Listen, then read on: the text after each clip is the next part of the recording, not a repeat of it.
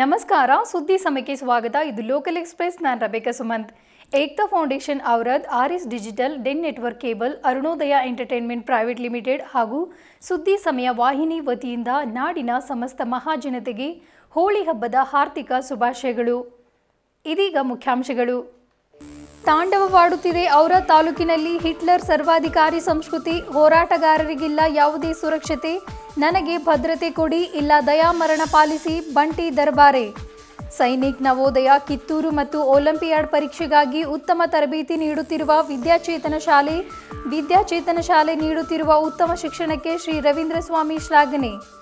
ಸಂವಿಧಾನ ಶಿಲ್ಪಿ ಡಾಕ್ಟರ್ ಬಾಬಾ ಸಾಹೇಬರ ಮೂರ್ತಿಗಳನ್ನು ತೆರವುಗೊಳಿಸಬಾರದೆಂದು ಬಹುಜನ ಸಮಾಜ ಪಕ್ಷ ಆಗ್ರಹ. ಅಂಬೇಡ್ಕರ್ ಅವರ ಮೂರ್ತಿಗಳನ್ನು ಧಾರ್ಮಿಕ ಕಟ್ಟಡಗಳೆಂದು ಪರಿಗಣಿಸಿ ತೆರವುಗೊಳಿಸಬಾರದು. ರಾಹುಲ್ ಖಂಡಾಳೆ.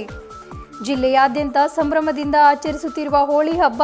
ಕೊರೋನಾ ಸಂದರ್ಭದಲ್ಲೂ ಮಕ್ಕಳ ಬಣ್ಣದಾಟ ನಿಂತಿಲ್ಲ. ವ್ಯಾಪಾರಿಗಳ ಮೇಲೆ ಬಿತ್ತು ಕೋವಿಡ್ ದುಷ್ಪರಿಣಾಮ. ವಾರ್ತೆ ವಿವರ.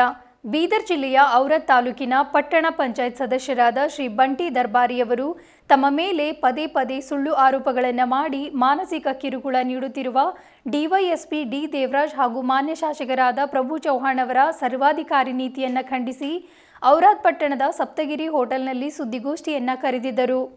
ಮಾನ್ಯ ಶಾಸಕರು ಹಾಗೂ ಡಿವೈಎಸ್ಪಿ ಡಿ ದೇವರಾಜ್ ಅವರಿಂದಾಗಿ ನಾನು ಪ್ರಜಾಪ್ರಭುತ್ವ ವ್ಯವಸ್ಥೆಯಲ್ಲಿಯೂ ಭಯದಲ್ಲೇ ಬದುಕುವ ಸ್ಥಿತಿ ಬಂದಿದೆ ಎಂದು ಬಂಟಿ ದರ್ಬಾರಿಯವರು ಸುದ್ದಿಗಾರರಿಗೆ ತಿಳಿಸಿದರು. ಈ ಹಿಂದೆ ದಲಿತ ಯುವತಿ ಮೇಲೆ ಅತ್ಯಾಚಾರ ಎಸಗಲಾಗಿತ್ತು. ಆದರೆ ಆ ಮಹಿಳೆಗೆ ಕನ್ನಡ ಬರೆಯಲು ಬರದ ಕಾರಣ ನಾನು ಅದನ್ನು ನನ್ನ ಹಸ್ತಾಕ್ಷರದಿಂದ ದೂರು ಬರೆದುಕೊಟ್ಟ ಕಾರಣ ನನ್ನ ಮೇಲೆ ಡಿ ದೇವರಾಜ್ ಅವರು ಟಾರ್ಗೆಟ್ ಮಾಡುತ್ತಿದ್ದಾರೆ. ಅಲ್ಲದೆ ನನ್ನನ್ನು ಠಾಣೆಗೆ ಕರೆಸಿ ನನ್ನನ್ನು ಅವಾಚ್ಯ ಶಬ್ದಗಳಿಂದ ಬೈದು ನಿಂದಿಸಿದ್ದಾರೆ ಎಂದು ಬಂಟಿ ದರ್ಬಾರೆ ಆರೋಪಿಸಿದರು.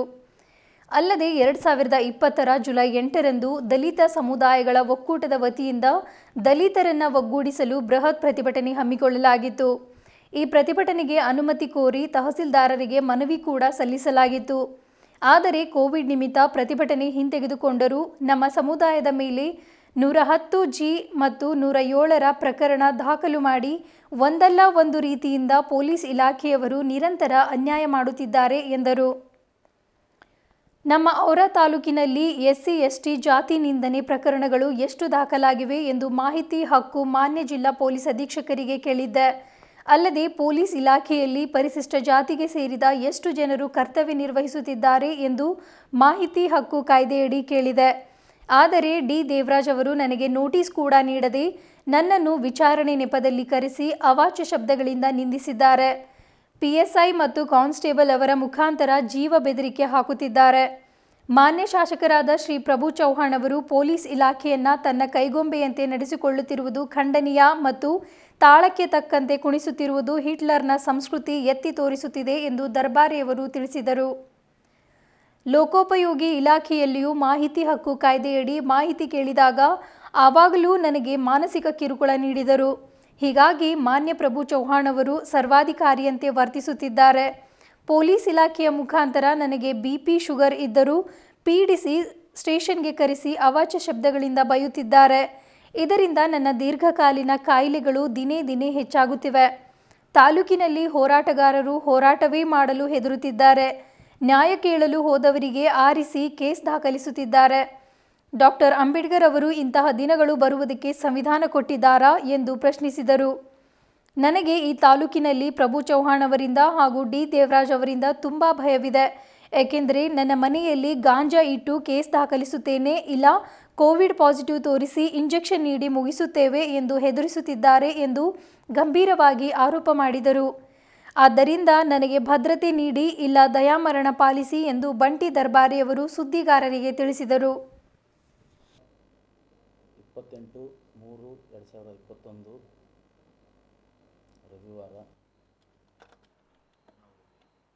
ವಿಶೇಷವಾಗಿ ಒಂದು ಔರಾದ್ ಪಟ್ಟಣದ ಸಪ್ತಗಿರಿ ಹೋಟೆಲ್ನಲ್ಲಿ ಈ ಒಂದು ಪತ್ರಿಕಾಗೋಷ್ಠಿ ಕರೆಯಲಾಗಿತ್ತು. ಯಾಕಂದರೆ ಮೊನ್ನೆ ನಡೆದಂಥ ದಿನಾಂಕ 18 ಫೆಬ್ರವರಿ 2021ರಂದು ಖೇರಡ ಗ್ರಾಮದ ಒಬ್ಬ ದಲಿತ ಯುವತಿ ಮೇಲೆ ಅತ್ಯಾಚಾರ ಪ್ರಯತ್ನ ಮಾಡಿರುವ ಆರೋಪಿಗಳನ್ನು ಬಂಧಿಸದೆ ಸದರಿ ಪ್ರಕರಣದಲ್ಲಿ ಶೀಲಾಬಾಯಿ ಎಂಬ ನೊಂದ ಮಹಿಳೆ ಜೊತೆ ನಾವಿದ್ದು ನಾವು ಪ್ರಕರಣ ದಾಖಲಿಸುವಂತೆ ಒಂದು ದೂರನ್ನು ನಾನು ಬರೆದುಕೊಟ್ಟಿರುವುದಕ್ಕಾಗಿ ದಿನಾಂಕ 27/3/2021 ಮಾನ್ಯ DSP ಭಾಲ್ಕಿ ದೇವರಾಜ್ ರವರು ನಮಗೆ ವಿಚಾರಣೆಗೆಂದು ಕರೆಸಿ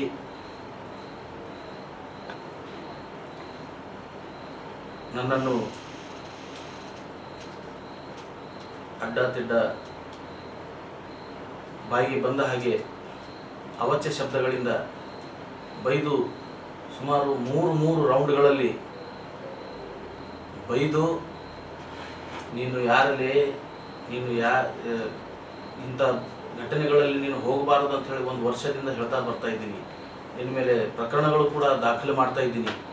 ಆದರೂ ಇಂಥ ಪ್ರಕರಣದಲ್ಲಿ ನೀನು ಬಹಳ ಮುಂಚೂಣಿಯಲ್ಲಿ ಇರ್ತೀಯ. ನಿನಗೆ ಮುಂದೆ ಬರ್ತಕ್ಕಂಥ ದಿನಗಳಲ್ಲಿ ನಾನು ಬಿಡಲ್ಲ, ನಿನಗೆ ಸಾಯಿಸ್ತೀನಿ. ಅದರಂತೆ ಈ ಹಿಂದೆ 2020 ದಿನಾಂಕ 8/7/2020 ಮಾನ್ಯ ಜಿಲ್ಲಾ ಅಧೀಕ್ಷಕರು, ಪೊಲೀಸ್ ಅಧೀಕ್ಷಕರು ಬೀದರ್ ಇವರಿಗೆ ನನಗೆ ಮಾಹಿತಿ ಕೊಡಬೇಕಾಗಿ ಒಂದು ಮಾಹಿತಿ ಪತ್ರ ಸಲ್ಲಿಸಿದೆ, ಮಾಹಿತಿ ಹಕ್ಕಿನಡಿ. ಆದರೆ ಅವು ಯಾವ ಮಾಹಿತಿ ಅಂದರೆ ನಮ್ಮ ತಾಲೂಕಿನಲ್ಲಿ ಎಷ್ಟು ಜಾತಿ ನಿಂದನೆ ಪ್ರಕರಣಗಳು ದಾಖಲಾಗಿವೆ ಹಾಗೂ ಪೊಲೀಸ್ ಇಲಾಖೆಯಲ್ಲಿ ಪರಿಶಿಷ್ಟ ಜಾತಿಗೆ ಸಂಬಂಧಪಟ್ಟಂತಹ ಎಷ್ಟು ಅಧಿಕಾರಿಗಳು ಕಾರ್ಯನಿರ್ವಹಿಸ್ತಾ ಇದ್ದಾರೆ ಅಂತ ಹೇಳಿ ಮಾಹಿತಿ ಕೇಳಿದೆ. ಆಗಲೂ ಕೂಡ ಇದೇ ರೀತಿ ಇಂಟ್ರಗೇಷನ್ ಇದೆ, ನಿನಗೆ ವಿಚಾರಣೆ ತನಿಖೆ ಇದೆ, ಬರಬೇಕಂತ ಹೇಳಿ ಕರೆಸಿ ಯಾವುದೇ ನೋಟಿಸ್ ಕೂಡ ಕೊಡದೆ ಈ ಔರಾದ್ ಪೊಲೀಸರನ್ನು ಮುಂದಿಟ್ಕೊಂಡು PSI ಆಮೇಲೆ ವಿಲಾಸ್ ಅಂತ ಹೇಳಿ ಒಬ್ಬರು SB ಕಾನ್ಸ್ಟೇಬಲ್ ಇದ್ದಾರೆ, ಅವ್ರ ಮುಖಾಂತರ ನನಗೆ ಮಾನಸಿಕ ಹಿಂಸೆ ಕೊಡುತ್ತಿದ್ದರಲ್ಲದೆ ನನಗೆ ಪ್ರಾಣ ಬೆದರಿಕೆ ಕೂಡ ಹಾಕ್ತಾ ಇದ್ದಾರೆ. ಈ ಒಂದು ಪೊಲೀಸ್ ಇಲಾಖೆಯನ್ನು ಕೈಗೊಂಬೆಯಾಗಿ ಇಟ್ಕೊಂಡು ಪೊಲೀಸ್ ಇಲಾಖೆಯನ್ನು ನಮ್ಮ ಮಾನ್ಯ ಶ್ರೀ ಪ್ರಭು ಚವ್ಹಾಣ್ ಅವರು ಬೀದರ್ ಜಿಲ್ಲಾ ಉಸ್ತುವಾರಿ ಸಚಿವರು ಹಾಗೂ ಶಾಸಕರು ಪೊಲೀಸ್ ಇಲಾಖೆಗೆ ತನ್ನ ಕೈಗೊಂಬೆಯಂತೆ ತಾಳಕ್ಕೆ ತಕ್ಕಂತೆ ಕುಣಿಯುವಂತೆ ಮಾಡಿ ನಮ್ಮಂಥ ಹೋರಾಟಗಾರರ ಮೇಲೆ ಒಂದಿಲ್ಲ ಒಂದು ಹಲ್ಲೆ ಅಥವಾ ಪ್ರಕರಣಗಳು ದಾಖಲಿಸುವಂಥ ಪ್ರಯತ್ನ ಕೂಡ ಮಾಡ್ತಾ ಇದ್ದಾರೆ. ಇಲ್ಲಿ ತನಕ ಅದಕ್ಕೆ ಪರಿಶಿಷ್ಟ ಜಾತಿಗಳ ಹೋರಾಟ ಸಮಿತಿ ಅಂತ ಕೊಲೆಮಾಲಿಗರೇ ಬನ್ನಿ ಒಂದಾಗಿ ಸಂವಿಧಾನಬದ್ಧ ಮೀಸಲಾತಿ ಉಳಿವಿಗಾಗಿ ಒಗ್ಗಟ್ಟಿನಿಂದ ಹೋರಾಡಲು ಮುಂದಾಗಿ ಎಂಬ ಈ ಒಂದು ಅಜೆಂಡಾ ಇಟ್ಕೊಂಡು ನಾವೇನದಂದ್ರೆ ದಿನಾಂಕ 6/7/2020 ಒಂದು ಪ್ರತಿಭಟನೆ, ಶಾಸಕರ ವರ್ತನೆಯನ್ನು ಖಂಡಿಸಿ ಒಂದು ಪ್ರತಿಭಟನೆಯನ್ನು ಹಮ್ಮಿಕೊಂಡಿದ್ದೀವಿ. ಆಗ ಕೋವಿಡ್ ಇರುವ ಕಾರಣದಿಂದ ತಹಶೀಲ್ದಾರ್ ಅವರಿಗೆ ನಾವು ಮನವಿ ಕೊಟ್ಟಿದ್ದೀವಿ, ನಮ್ಗೆ ಅನುಮತಿ ಕೊಡ ಅಂತ ಹೇಳಿ ಅನುಮತಿ ಕೊಡಲಿಲ್ಲ. ಆ ಕಾರಣದಿಂದ ನಾವು ಏನದಂದ್ರೆ ಪ್ರತಿಭಟನೆ ಹಿಂಪಡೆಯಲಾಯಿತು. ಆದರೆ ಹಿಂಪಡೆದರೂ ಕೂಡ ನಾವು ಪ್ರತಿಭಟನೆ ಮಾಡದೇ ಇದ್ದರೂ ಕೂಡ ನಮ್ಮ ಮೇಲೆ 110G ಮತ್ತು 107 ಎಂಬ ಈ ಒಂದು ಪ್ರಕರಣ ದಾಖಲೆ ಮಾಡಿ ಶಾಂತಿ ಸುವ್ಯವಸ್ಥೆ ಹದಗೆಡುವ ವ್ಯವಸ್ಥೆ ಇದೆ, ಇವರು ಮೇಜರ್ ಪ್ರಿಕಾಷನ್, ಇವರಿಗೆ ಮುನ್ನೆಚ್ಚರಿಕೆ ಕ್ರಮವಾಗಿ ಇವ್ರ ಮೇಲೆ ಕ್ರಮ ತಗೋಬೇಕಾಗಿದೆ ಅಂತ ಹೇಳಿ ನಮ್ಗೆ ಹೊಲಿಯ ಮಾದಿಗರಿಗೆ ವಿಶೇಷವಾಗಿ ಟಾರ್ಗೆಟ್ ಮಾಡ್ತಾ ಇದ್ದಾರೆ. ಅದರಂತೆ ದಿನಾಂಕ 6/7/2000 ಹಾಗೂ PWDಗೆ ಮಾಹಿತಿ ಕೇಳಿರುತ್ತೇನೆ. PWD ಮಾಹಿತಿ ಕೂಡ ಕೊಟ್ಟಿರ್ತಾರೆ. ಆದರೆ ಮಾನ್ಯ DSP ಅವರು ನೀನು ಅಧಿಕಾರಿಗಳಿಗೆ ನೀನು ಒಂದು ವಂಚಿಸ್ತಾ ಇದೆಯಾ, ನೀನು ಮಾಹಿತಿ ಕೇಳ್ತಾ ಇದೆಯಾ? ಹಾಗಾದರೆ ನಾನು ಕೇಳ್ತಕ್ಕಂಥದ್ದು ಈ ಮಾಹಿತಿ ಹಕ್ಕು ಯಾಕಿದೆ? ನಾವು ಮಾಹಿತಿ ಹಕ್ಕಿನಡಿ ನಾವು ಮಾಹಿತಿ ಕೇಳಬಾರ್ದ? ಹಾಗಾದರೆ ನೀವು ಸರ್ವಾಧಿಕಾರಿನ, ಪ್ರಭು ಚವ್ಹಾಣ್ ಅವರು ಸರ್ವಾಧಿಕಾರಿನ? ಆ ರೀತಿ DSP ಅವರು ಒಂದು BJPಯ ಏಜೆಂಟಿನಂತೆ ಕಾರ್ಯನಿರ್ವಹಿಸ್ತಾ ಇದ್ದಾರೆ. ಆಮೇಲೆ ಪ್ರಭು ಚವ್ಹಾಣ್ ಅವರು ಏನು ಹೇಳ್ತಾರೆ ಅಷ್ಟೇ ಮಾಡ್ತಾರೆ ಅವರು, ಅದಕ್ಕೆ ಬಿಟ್ಟರೆ ಬೇರೆ ಕೆಲಸ ಮಾಡ್ತಾ ಇಲ್ಲ. ಆ ಒಂದು ಸಂವಿಧಾನಬದ್ಧ ಒಂದು ಹುದ್ದೆಯಾಗಿರ್ತಕ್ಕಂಥ DSP ಹುದ್ದೆ ಅದಕ್ಕೆ ಏನಂತಂದ್ರೆ ದುರ್ಬಳಕೆ ಮಾಡಿಕೊಂಡು ನಮ್ಮಂಥವ್ರ ಮೇಲೆ, ಹೋರಾಟಗಾರರ ಮೇಲೆ ಸುಳ್ಳು ಪ್ರಕರಣಗಳು ದಾಖಲಿಸಿ, ಸುಳ್ಳು ಪ್ರಕರಣಗಳಲ್ಲಿ ಅದು ಎಲ್ಲೋ ಜಗಳ ಆಗಿರ್ತದ ಅಲ್ಲಿ ನನಗೆ ಏವನ ಆರೋಪಿ ಮಾಡಿ ನನಗೆ ಇಲ್ಲಿ ತನಕ 3 ರಿಂದ 4 ಪ್ರಕರಣ ದಾಖಲು ಮಾಡಿ ಇವತ್ತು ನನಗೆ ಮಾನಸಿಕವಾಗಿ ಹಿಂಸೆ ಕೂಡ ಕೊಡ್ತಾ ಇದ್ದಾರೆ. ಫೋನಲ್ಲಿ ನನ್ನ ಹತ್ರ ರೆಕಾರ್ಡಿಂಗ್ಸ್ಗಳು ಕೂಡ ಇದ್ದಾವೆ. ವಿಲಾಸ್ ಅವರು ಮತ್ತು PSI ಹೊಕ್ರಾಣರವರು DSP ಸಾಹೇಬರು ಬರ್ಲಾಕ್ ಹೇಳಿದ್ದಾರೆ ಅಂತ ಹೇಳಿ ಪದೇ ಪದೇ ಒಂದು ವಾರದಿಂದ ಒಂದು 10-15 ದಿನದ ಸರ್ ನನಗೆ ಆರಾಮಿಲ್ಲ, ನನಗೆ ಹುಷಾರಿಲ್ಲ, ನನಗೆ BP ಶುಗರ್ ಬಂದಿದೆ, ಇದೇ ಕಾರಣಕ್ಕಾಗಿ ನನಗೆ BP ಶುಗರ್ ಬಂದಿದೆ, ನನಗೆ ಹುಷಾರಿಲ್ಲ ಸರ್ ಬರ್ತೀನಿ ಅಂತ ನಾನು ಹಾಸ್ಪಿಟಲ್ಗೆ ಹೋಗ್ಬೇಕಂತ ಅಂದರೂ ಕೂಡ ನನಗೆ PDC ಮತ್ತಿನ್ನ ಶುಗರ್ ಲೆವೆಲ್ ಹೆಚ್ಚು ಮಾಡಿದ್ದಾರೆ ಅವರೇ. ಆಮೇಲೆ ನಿನ್ನೆ ಕರೆಸಿ ನನಗೆ ಅವಾಚ್ಯ ಶಬ್ದದಿಂದ ಬೈದಿರು. ನಮಗೆ ಅನಿಸ್ತದ ಈ ಸರ್ಕಾರದಾಗ ನಮಗೆ ದಲಿತರಿಗೆ ನ್ಯಾಯ ಇಲ್ಲವೇ ಅಂತಂದ ಪರಿಸ್ಥಿತಿ ನಮ್ಗೆ ನಿರ್ಮಾಣವಾಗಿದೆ. ಅದಕ್ಕೆ ನಾನು ಇಷ್ಟೇ ಈ ಪತ್ರಿಕಾಗೋಷ್ಠಿ ಮುಖಾಂತರ ನಾನು ಕೇಳೋದು, ಸ್ವಾಮಿ ನಮಗೆ ಒಂದು ಭದ್ರತೆ ಕೊಡಿ, ಇಲ್ಲ ನಮ್ಗೆ ನ್ಯಾಯ ಕೊಡಿ, ಇಲ್ಲ ಅಂದರೆ ನಮ್ಗೆ ದಯಾಮರಣ ಕೊಡಿ. ಇಷ್ಟೇ ನಾವು ನಿಮಗೆ ಕಳಕಳಿ ವಿನಂತಿ. ಇಂಥ ಘಟನೆಗಳು ನನ್ನ ಒಬ್ಬನ ಮೇಲೆ ಅಲ್ಲ, ಎಷ್ಟು ಹೋರಾಟ ಮಾಡ್ತಾರೆ ಹೋರಾಟಗಾರರ ಮೇಲೆ, ಒಬ್ಬೊಬ್ಬರಿಗಾಗಿ ಅವರಿಗೆಲ್ಲ ಆರಿಸಿ ಅವ್ರಿಗೆ ಏನಂತಂದ್ರೆ ಅವ್ರಿಗೆ ಟಾರ್ಗೆಟ್ ಮಾಡ್ತಕ್ಕಂಥ ವ್ಯವಸ್ಥಿತ ಪಿತೂರಿಯಲ್ಲಿ ಅಡಗಿದ್ದಾರೆ. ಆಮೇಲೆ ಈ ಒಂದು DSP ಅವರು ಈ ಥರ ಕಾನೂನು ದುರ್ಬಳಕೆ ಮಾಡಿಕೊಂಡು ಈ ಥರ ಮಾಡುತ್ತಿರೋದು ನನಗೆ ಇದು ಖಂಡನಾರ್ಹ. ಆಮೇಲೆ ನಮಗೆ ವಿಷಯ ಆದರೂ ಕೊಡ್ರಿ, ನಾವು ನ್ಯಾಯ ಕೇಳಕ್ಕೆ ಹೋದ್ರೆ ನಮ್ಮ ಮೇಲೆ ನೀವು ಈ ಥರ ದೌರ್ಜನ್ಯಗಳು ಮಾಡ್ತೀರಿ, ನಮ್ಮಲ್ಲಿ ಪ್ರಕರಣಗಳು ದಾಖಲಿಸ್ತೀರಿ ಅಂತಂದ್ರೆ ಇದು ನಮ್ಮ ಡಾಕ್ಟರ್ ಬಾಬಾ ಸಾಹೇಬ್ ಅಂಬೇಡ್ಕರ್ ಅವರು ಈ ದಿನಕ್ಕೆ ಇಂಥ ದಿನ ನಮ್ಗೆ ಬರ್ಬೇಕಂತ ಹೇಳಿ ಈ ಥರ ಸಂವಿಧಾನ ನಿರ್ಮಾಣ ಮಾಡಿದಾರ. ನಾವೆಲ್ಲ ಸರಿಸಮಾನ ಹಕ್ಕು, ಎಲ್ಲರಿಗೂ ಸಮಾನತೆ ಕೊಡ್ಬೇಕಂತ ಹೇಳಿ ಅವರು ಸಂವಿಧಾನಬದ್ಧ ನಮ್ಮ ಸಂವಿಧಾನ ಒಂದು ಮಹಾನ್ ಪುಸ್ತಕವನ್ನು ಕೊಟ್ಟಿದ್ದಾರೆ. ಆದರೆ ಇವತ್ತು ಇಲ್ಲಿ ನಮ್ಗೆ ಏನಂತಂದ್ರೆ ನಮ್ಮಲ್ಲಿ ಪದೇ ಬಹಳಷ್ಟು ದೌರ್ಜನ್ಯ ಆಗ್ತಿರೋದ್ರಿಂದ ನನಗೆ ಮಾನಸಿಕವಾಗಿ ನಾವು ಖಿನ್ನತೆಗೆ ಒಳಗಾಗ್ತಾ ಇದ್ದೀನಿ. ನನಗೆ ಏನಾದರೂ ಆದರೆ ನನಗೆ ಏನಾದರೂ ಭಯ ಇದ್ದರೆ ಅದು ಪ್ರಭು ಚವ್ಹಾಣ ಮತ್ತು ನಮ್ಮ DSP ಭಾಲ್ಕಿ, ನಮ್ಮ ದೇವರಾಜ್ ಅವರು ಮತ್ತು Vilas police constable, SB constable ಅಂಥೇಳಿ ಇವರು ಮೂವರೇ ನನಗೆ ಏನಾದರೆ ನನಗೆ ಹೇಳ್ತಾರೆ ಅವರು, ನೀನು ನೋಡು, ನೀನು ಹುಷಾರಾಗಿರು, ಇಲ್ಲ ಅಂದರೆ ನಿನ್ನ ಮೇಲೆ ಗಾಂಜಾ ರೇಡ್ ಹಾಕ್ಸ್ತೀನಿ, ನಿನ್ನ ಮನೆಯಲ್ಲಿ ಗಾಂಜಾ ತಂದಿಡ್ತೀನಿ, ನೀನು ರೇಡ್ ಹಾಕ್ಸ್ತೀನಿ, ಇಲ್ಲಾಂದರೆ ನನಗೆ ಎಲ್ಲ ಲಾರಿ ಡ್ರೈವರ್ಸ್ಗಳು ನನ್ನ ಹತ್ರ ಬರ್ತಾರೆ, ಅವರು ಲಾರಿ ಹಾಯಿಸ್ತೀನಿ ನಿನ್ನ ಮೇಲೆ, ಇಲ್ಲ ಅಂದರೆ ಈ ಕೋವಿಡ್ ಇದೆ, ಕೋವಿಡ್ ಸುಳ್ಳಾಗಿ ನಿನಗೆ ಕೋವಿಡ್ ಪ್ರಮಾಣ ಪತ್ರ ಕೊಡಿಸಿ ನಿನಗೇನಂತಂದ್ರೆ ಇಂಜೆಕ್ಷನ್ ಹೊಡಿಸಿ ಸಾಯಿಸಿಬಿಡ್ತೀವಿ ನಾವು. ಪ್ರಭಾವಿ ನಮ್ಮ ಹಿಂದೆ ಪ್ರಭು ಚವ್ಹಾಣ ಇದ್ದಾರೆ, ಪ್ರಭು ಚವ್ಹಾಣ ಅವ್ರ ನಿರ್ದೇಶನದಂತೆ ನಾನು ನಡ್ತಾ ಇದ್ದೀನಿ. ನನಗೆ ಮತ್ತೇನದಂದ್ರೆ ನನ್ನ ಹತ್ರ ಮರ್ಡರಿಸ್ಟ್ಗಳು ಬರ್ತಾರೆ, ನಾನು ವಿಚಾರಣೆ ಕರೆಸ್ತೀನಿ, ಅವರಿಗೂ ಸುಪಾರಿ ಕೊಟ್ಟು ನಿನ್ನ ಕೊಲೆ ಮಾಡಿಸ್ತೀನಿ ಅಂಥೇಳಿ ನನಗೆ ಭಾಳ ಅಂದ್ರೆ ಭಾಳ ಭಯದ ವಾತಾವರಣ ಸೃಷ್ಟಿ ಮಾಡಿದ್ದಾರೆ. ಅದರಿಂದ ನಾನು ಇಲ್ಲಿ ಔರಾದಲ್ಲಂತೂ ಬದುಕಲಿಕ್ಕೆ ಸಾಧ್ಯ ಇಲ್ಲ. ದಯವಿಟ್ಟು ಈ ಮಾಧ್ಯಮದ ಮುಖಾಂತರ ನಾನು ಕೇಳ್ಕೊಳ್ಳೋದಿಷ್ಟೇ, ಎಲ್ಲ ದಲಿತ ಮುಖಂಡರು, ಎಲ್ಲ ಪ್ರಗತಿಪರ ಹೋರಾಟಗಾರರು ಈ ನಾನು ಬೆಂಬಲಕ್ಕೆ ನಿಲ್ಬೇಕಂತ ಹೇಳಿ ಈ ಮುಖಾಂತರ ಮನವಿ ಮಾಡ್ಕೊತೀನಿ.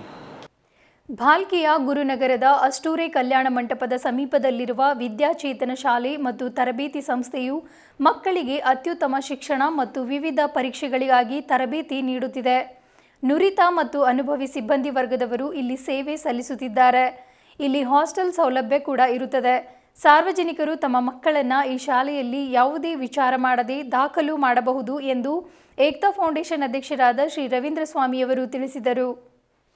ಔರಾದ್ ಏಕ್ತಾ ಫೌಂಡೇಶನ್ ಅಧ್ಯಕ್ಷರಾದ ಶ್ರೀ ರವೀಂದ್ರ ಸ್ವಾಮಿಯವರ ಮಗನಾದ ರುದ್ರೇಶ್ ಅವರ ಜನ್ಮದಿನವನ್ನು ವಿದ್ಯಾಚೇತನ ಶಾಲೆಯಲ್ಲಿ ಆಚರಿಸಿ ನಂತರ ರವೀಂದ್ರ ಸ್ವಾಮಿಯವರು ಮಾತನಾಡಿ, ಲಾಕ್ಡೌನ್ ಸಂದರ್ಭದಲ್ಲಿ ನಮ್ಮ ಮಗನಿಗೆ ಕೋಚಿಂಗ್ ಕೊಡಿಸಬೇಕು ಎಂದು ಹಲವಾರು ಸಂಸ್ಥೆಗಳ ಬಗ್ಗೆ ವಿಚಾರಿಸುತ್ತಿರುವಾಗ ನನ್ನ ಗಮನಕ್ಕೆ ಬಂದಿದ್ದು ವಿದ್ಯಾಚೇತನ ಶಾಲೆ ಮತ್ತು ತರಬೇತಿ ಸಂಸ್ಥೆ. ಇಲ್ಲಿ ಗುಣಮಟ್ಟದ ಶಿಕ್ಷಣ ಮತ್ತು ನವೋದಯ, ಸೈನಿಕ, ಕಿತ್ತೂರು ಮತ್ತು ಒಲಿಂಪಿಯಾಡ್ ಪರೀಕ್ಷೆಗಳಿಗಾಗಿ ಉತ್ತಮ ತರಬೇತಿ ಕೂಡ ನೀಡುತ್ತಿದ್ದಾರೆ. ಹಾಗಾಗಿಯೇ ಈ ಶಾಲೆಯ 18 ಮಕ್ಕಳಲ್ಲಿ 9 ಮಕ್ಕಳು ವಿಜಯಪುರದ ಸೈನಿಕ ಶಾಲೆಗೆ ಆಯ್ಕೆಯಾಗಿದ್ದಾರೆ. ಇದರ ಹಿಂದೆ ಮಹೇಶ್ ಧನ್ನೂರೆ ಹಾಗೂ ಎಲ್ಲ ಸಿಬ್ಬಂದಿಗಳ ಪರಿಶ್ರಮ ಬಹಳಷ್ಟಿದೆ. ಇದು ಅತ್ಯಂತ ಸಂತೋಷದ ವಿಷಯವಾಗಿದೆ ಎಂದು ಶ್ರೀ ರವೀಂದ್ರ ಸ್ವಾಮಿಯವರು ತಿಳಿಸಿದರು. ಅಷ್ಟೇ ಅಲ್ಲದೆ ಉತ್ತಮ ಹಾಸ್ಟೆಲ್ ವ್ಯವಸ್ಥೆ, ಮಕ್ಕಳನ್ನು ಓದಿಸುವ ರೀತಿ ನೀತಿ ಸರಿಯಾಗಿದೆ. ಇನ್ನೂ ಉತ್ತರೋತ್ತರವಾಗಿ ಈ ಶಾಲೆ ಮತ್ತು ತರಬೇತಿ ಸಂಸ್ಥೆ ಬೆಳೆಯಲಿ. ಬೀದರ್ ಜಿಲ್ಲೆಯಾದ್ಯಂತ ಇವರ ಶಾಖೆಗಳು ಬೆಳೆಯಲಿ ಎಂದು ಶುಭ ಹಾರೈಸಿದರು. ವಿದ್ಯಾಚೇತನ ಶಾಲೆಯ ಸ್ಥಾಪಕರಾದ ಶ್ರೀ ಮಹೇಶ್ ಧನ್ನೂರಿ ಅವರು ಮಾತನಾಡಿ, ನಾವು ಕೇವಲ ಮಕ್ಕಳಿಗೆ ಶಿಕ್ಷಣ ನೀಡುವುದರ ಜೊತೆಗೆ ಮಕ್ಕಳ ಬುದ್ಧಿಮಟ್ಟವನ್ನು ಹೆಚ್ಚಿಸಬೇಕು. ಥಿಯರಿ ಮತ್ತು ಪ್ರಾಕ್ಟಿಕಲ್ ಮುಖಾಂತರ ಮಕ್ಕಳನ್ನು ಪರಿಪೂರ್ಣರನ್ನಾಗಿ ಮಾಡುವುದು ನಮ್ಮ ಉದ್ದೇಶವಾಗಿದೆ. ನಮ್ಮಲ್ಲಿ ಒಟ್ಟು 18 ಮಕ್ಕಳಲ್ಲಿ 9 ಜನ ವಿದ್ಯಾರ್ಥಿಗಳು ಬಿಜಾಪುರ ಸೈನಿಕ ಶಾಲೆಗೆ ಆಯ್ಕೆಯಾಗಿದ್ದು ನಮ್ಮ ಹೆಮ್ಮೆ. ಇದಕ್ಕೆ ಎಲ್ಲ ಪಾಲಕರ ಸಹಕಾರ ತುಂಬ ಇದೆ ಎಂದು ತಿಳಿಸಿದರು. ವಿದ್ಯಾರ್ಥಿಗಳು ಮತ್ತು ಪಾಲಕರು ವಿದ್ಯಾಚೇತನ ಶಾಲೆ ಮತ್ತು ತರಬೇತಿ ಕೇಂದ್ರ ಕುರಿತು ತಮ್ಮ ಉತ್ತಮ ಅಭಿಪ್ರಾಯವನ್ನು ವ್ಯಕ್ತಪಡಿಸಿದರು.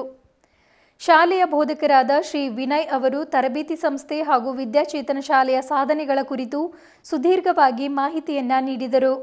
ವಿದ್ಯಾರ್ಥಿ ಆದಿತ್ಯ ಕಾಮಶೆಟ್ಟಿಯವರ ತಾಯಿಯವರಾದ ಶ್ರೀಮತಿ ಅನ್ನಪೂರ್ಣ ಅವರು ಮಾತನಾಡಿ, ಇಲ್ಲಿನ ಮಕ್ಕಳು ಶಿಕ್ಷಣದ ಜೊತೆಗೆ ಸರ್ವಾಂಗೀಣ ಬೆಳವಣಿಗೆ ಕಂಡು ನನಗೆ ತುಂಬ ಖುಷಿಯಾಗಿದೆ. ಇಲ್ಲಿನ ಬೋಧಕ ಸಿಬ್ಬಂದಿಯವರು ತುಂಬ ಪರಿಶ್ರಮದಿಂದ ಮಕ್ಕಳನ್ನು ಬೋಧನೆ ಮಾಡುತ್ತಿದ್ದಾರೆ. ಆಶಾದಾಯಕ ಬೋಧನೆ, ಉತ್ತಮ ವಾತಾವರಣ, ಆರೋಗ್ಯಕರ ಸಂಸ್ಕಾರ ಇದು ಇಲ್ಲಿನ ವಿಶೇಷತೆಯಾಗಿದೆ ಎಂದು ತಿಳಿಸಿದರು. ನಮ್ಮನ್ನು ನೋಡಿ ಇನ್ನಿತರ ಪಾಲಕರು ಕೂಡ ಈ ಶಾಲೆಯಲ್ಲಿ ಸೇರಿಸಲು ಉತ್ಸುಕರಾಗಿದ್ದಾರೆ ಎಂದು ತಿಳಿಸಿದರು. ಕೊನೆಯಲ್ಲಿ ಏಕ್ತಾ ಫೌಂಡೇಶನ್ ಅಧ್ಯಕ್ಷರಾದ ಶ್ರೀ ರವೀಂದ್ರ ಸ್ವಾಮಿಯವರು ಹಾಗೂ ಅವರ ಧರ್ಮಪತ್ನಿ ಶ್ರೀಮತಿ ಅರುಣಾ ರವೀಂದ್ರ ಸ್ವಾಮಿಯವರ ಮಗನಾದ ರುದ್ರೇಶ್ ಅವರ ಹುಟ್ಟುಹಬ್ಬವನ್ನು ಅತ್ಯಂತ ಸಂಭ್ರಮ ಸಡಗರದಿಂದ ಆಚರಿಸಲಾಯಿತು. ನಾನು ಏಕ್ತಾ ಫೌಂಡೇಶನ್ ರವಿಸ್ವಾಮಿ ಅಂತ. ಕಳೆದ 4-5 ತಿಂಗಳ ಕೆಳಗಡೆ ಲಾಕ್ಡೌನ್ ಆಗಿದಾಗ ಇನ್ಕ್ವೈರಿ ಮಾಡ್ತಾ ಬಂದಾಗ ಯಾರಾದರೂ ಮನೇಲಿ ಇದ್ವಿ ಕೋಚಿಂಗ್ ಕೊಡ್ತಾರ ಅಂಥೇಳಿ ಹುಡುಕಿದಾಗ ನನ್ನ ಗಮನಕ್ಕೆ ಬಂದಿದ್ದು ಭಾಲ್ಕಿ ನಗರದಲ್ಲಿ ಧನ್ನೂರಿ ಫ್ಯಾಮ್ಲಿಯಲ್ಲಿ ಮಹೇಶ್ ಧನ್ನೂರಿಯವ್ರ ಫ್ಯಾಮ್ಲಿಯವರು ಒಂದು ಸುಮಾರು 4-5 ತಿಂಗಳದಾಗ ತಂದು ಬಿಟ್ಟಾಗ ಮಹೇಶ್ವರ್ ಆಗಿರ್ಬೋದು, ವಿನಯ್ ಸರ್ ಆಗಿರ್ಬೋದು, ಅವ್ರ ಬ್ರದರ್ ಡಾಕ್ಟರ್ ಆಗಿರ್ಬೋದು, ಅವ್ರ ತಾಯಿಯವರಾಗಿರ್ಬೋದು, ಒಂಥರ ಇವಾಗಲೇ ಅಕ್ಕೋರು ಹೇಳಿದ್ರಲ್ಲ ಆ ಥರ ಮಕ್ಕಳಿಗೆ ಇರೋದಂದ್ರೆ ಗುರುಕುಲ್ ಮನೆಯಲ್ಲಿ ಇಟ್ಕೊಂಡು ತಂದೆ ಮಕ್ಕಳ ಥರ ಪ್ರೀತಿ ವಿಶ್ವಾಸದಿಂದ ಬೆಳೆಸ್ಯಾರ. ನಮ್ಮ ಮಕ್ಕಳು ಅಲ್ಲಿ ಈಗ 5-6 ತಿಂಗಳಲ್ಲಿ ಬದಲಾವಣೆ ನೋಡ್ಬೇಕಾದ್ರೆ ಸರ್ವತೋಮುಖಿ ಡೆವಲಪ್ಮೆಂಟ್ ಆಗ್ತಾಯಿದೆ.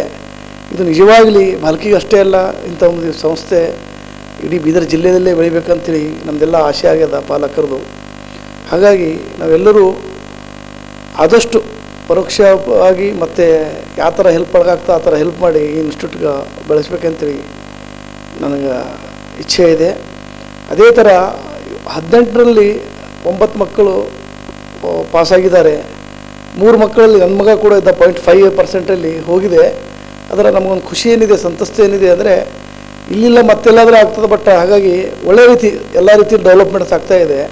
ಅದನ್ನು ನೋಡಿ ಇವತ್ತೊಂದು ಸಿಸ್ಟರು ಬಂದೇನಂದ್ರೆ ಇವರಿಗೆಲ್ಲ ಸನ್ಮಾನ ಮಾಡಿದರು.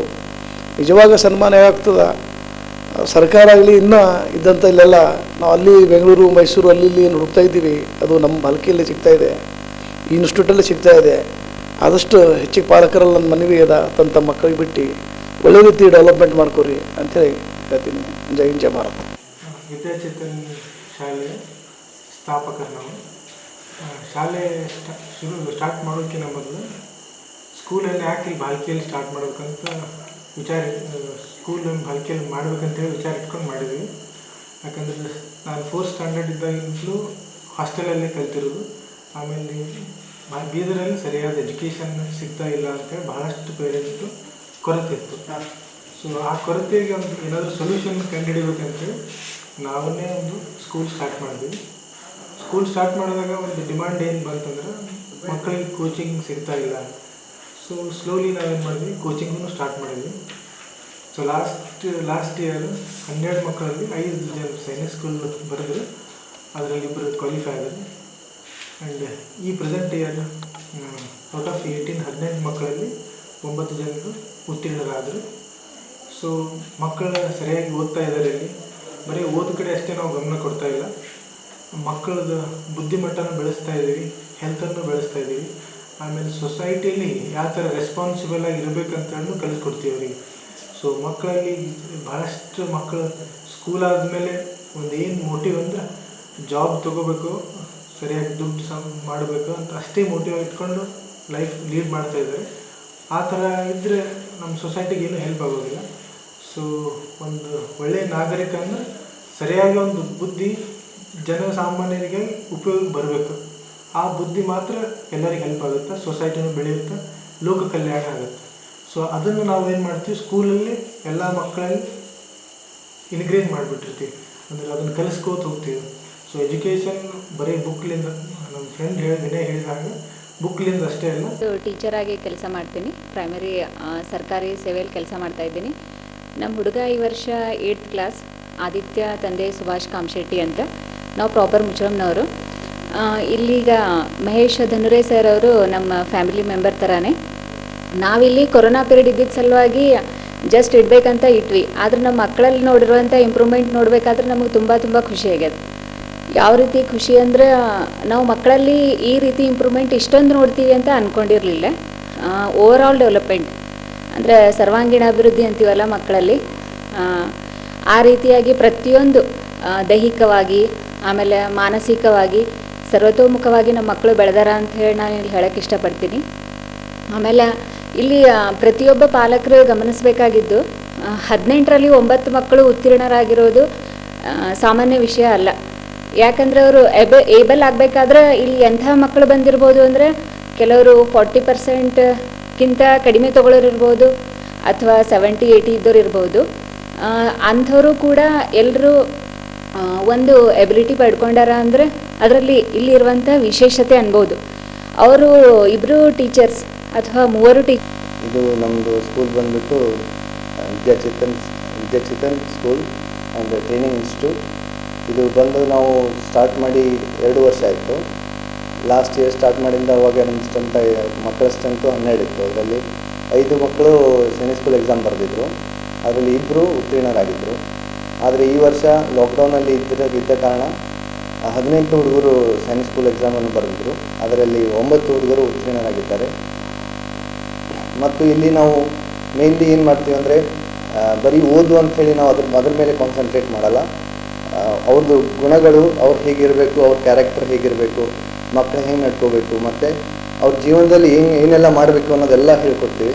ಸೊ ಅದು ಬಹಳ ಮುಖ್ಯ. ಯಾಕಂದರೆ ಒಬ್ಬ ಹುಡುಗನು ಓದು ಅಂದರೆ ಬರೀ ಬುಕ್ಕಿನಿಂದ ಅಷ್ಟೇ ಬರೋದಲ್ಲ, ಅವನು ಏನು ನೋಡ್ತಾನೆ, ಏನು ಏನು ಮಾತಾಡ್ತಾನೆ, ಯಾರನ್ನ ಕೇಳ್ತಾನೆ, ಅದರಿಂದ ಭಾಳಷ್ಟು ಕಲಿಕೆ ಆಗ್ತಿರ್ತದೆ.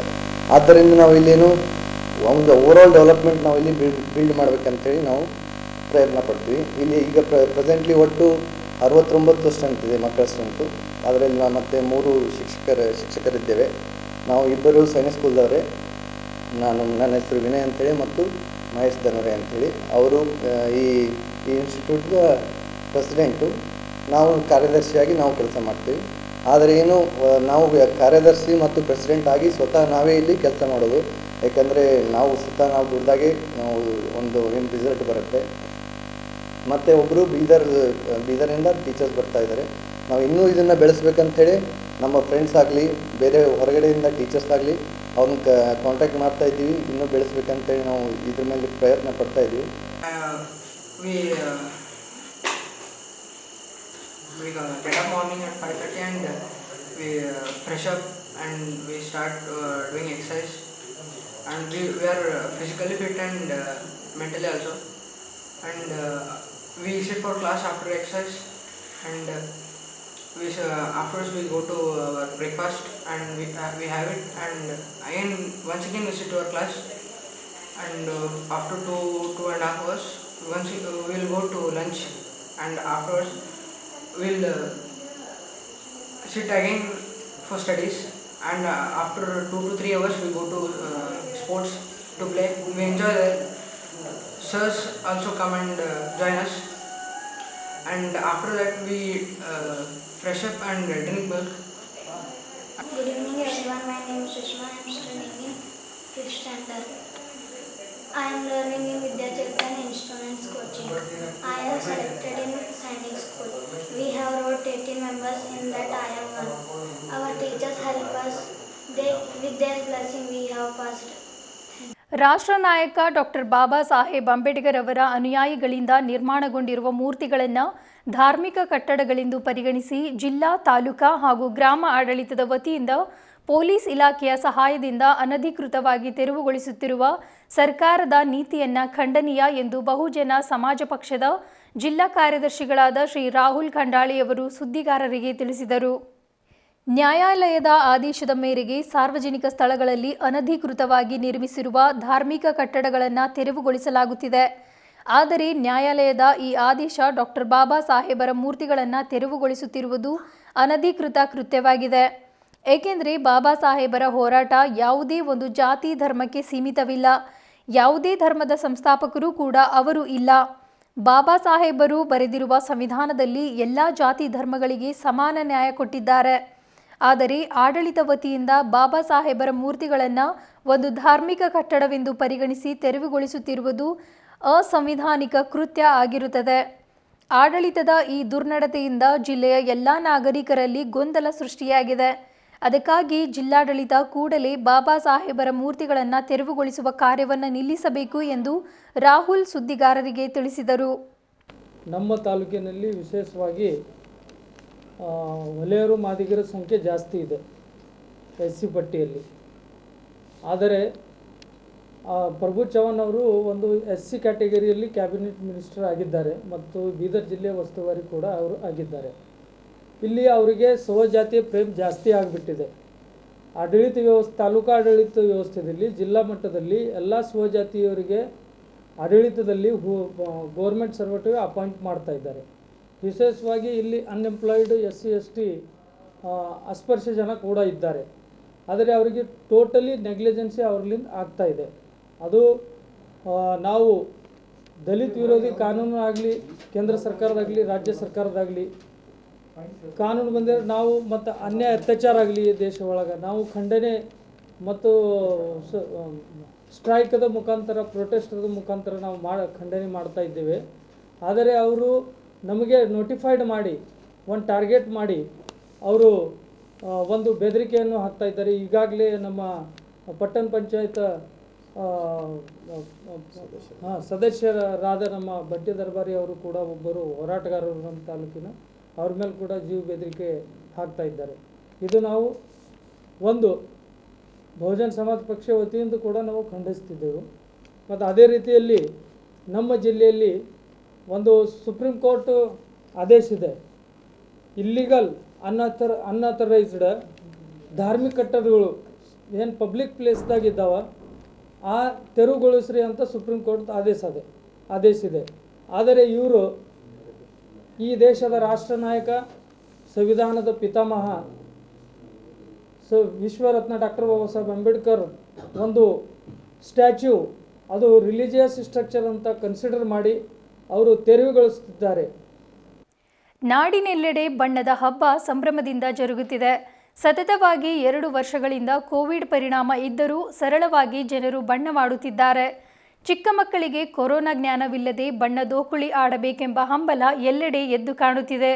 ಬೀದರ್ ನಗರದಲ್ಲಿ ಬಣ್ಣ ಬಣ್ಣದ ರಂಗು, ಚಿಕ್ಕ ಮಕ್ಕಳ ಆಟಿಕೆ ಸಾಮಾನುಗಳ ಮಾರಾಟ ಭರದಿಂದ ಸಾಗಿದೆ.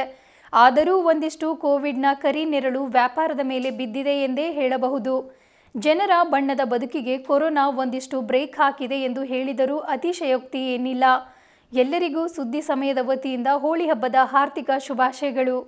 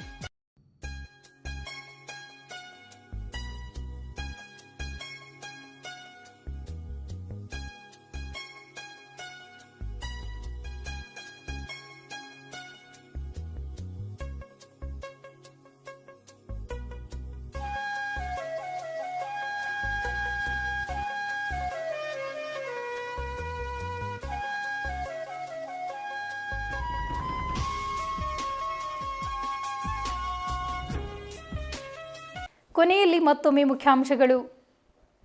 ತಾಂಡವವಾಡುತ್ತಿದೆ ಔರಾ ತಾಲೂಕಿನಲ್ಲಿ ಹಿಟ್ಲರ್ ಸರ್ವಾಧಿಕಾರಿ ಸಂಸ್ಕೃತಿ. ಹೋರಾಟಗಾರರಿಗಿಲ್ಲ ಯಾವುದೇ ಸುರಕ್ಷತೆ.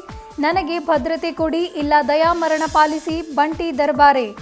ಸೈನಿಕ್ ನವೋದಯ ಕಿತ್ತೂರು ಮತ್ತು ಒಲಿಂಪಿಯಾಡ್ ಪರೀಕ್ಷೆಗಾಗಿ ಉತ್ತಮ ತರಬೇತಿ ನೀಡುತ್ತಿರುವ ವಿದ್ಯಾಚೇತನ ಶಾಲೆ ನೀಡುತ್ತಿರುವ ಉತ್ತಮ ಶಿಕ್ಷಣಕ್ಕೆ ಶ್ರೀ ರವೀಂದ್ರ ಸ್ವಾಮಿ ಶ್ಲಾಘನೆ. ಸಂವಿಧಾನ ಶಿಲ್ಪಿ ಡಾಕ್ಟರ್ ಬಾಬಾ ಸಾಹೇಬರ ಮೂರ್ತಿಗಳನ್ನು ತೆರವುಗೊಳಿಸಬಾರದೆಂದು ಬಹುಜನ ಸಮಾಜ ಪಕ್ಷ ಆಗ್ರಹ. ಅಂಬೇಡ್ಕರ್ ಅವರ ಮೂರ್ತಿಗಳನ್ನು ಧಾರ್ಮಿಕ ಕಟ್ಟಡಗಳೆಂದು ಪರಿಗಣಿಸಿ ತೆರವುಗೊಳಿಸಬಾರದು. ರಾಹುಲ್ ಖಂಡಾಳೆ. ಜಿಲ್ಲೆಯಾದ್ಯಂತ ಸಂಭ್ರಮದಿಂದ ಆಚರಿಸುತ್ತಿರುವ ಹೋಳಿ ಹಬ್ಬ. ಕೊರೋನಾ ಸಂದರ್ಭದಲ್ಲೂ ಮಕ್ಕಳ ಬಣ್ಣದಾಟ ನಿಂತಿಲ್ಲ. ವ್ಯಾಪಾರಿಗಳ ಮೇಲೆ ಬಿತ್ತು ಕೋವಿಡ್ ದುಷ್ಪರಿಣಾಮ. ಇದುವರೆಗೂ ಸುದ್ದಿ ಕೊಟ್ಟಿರುವ ನಾನು ರಬೇಕಾ ಸುಮಂತ್. ಮತ್ತೆ ಮುಂದಿನ ಸುದ್ದಿಯೊಂದಿಗೆ ಭೇಟಿಯಾಗೋಣ. ವಂದನೆಗಳು.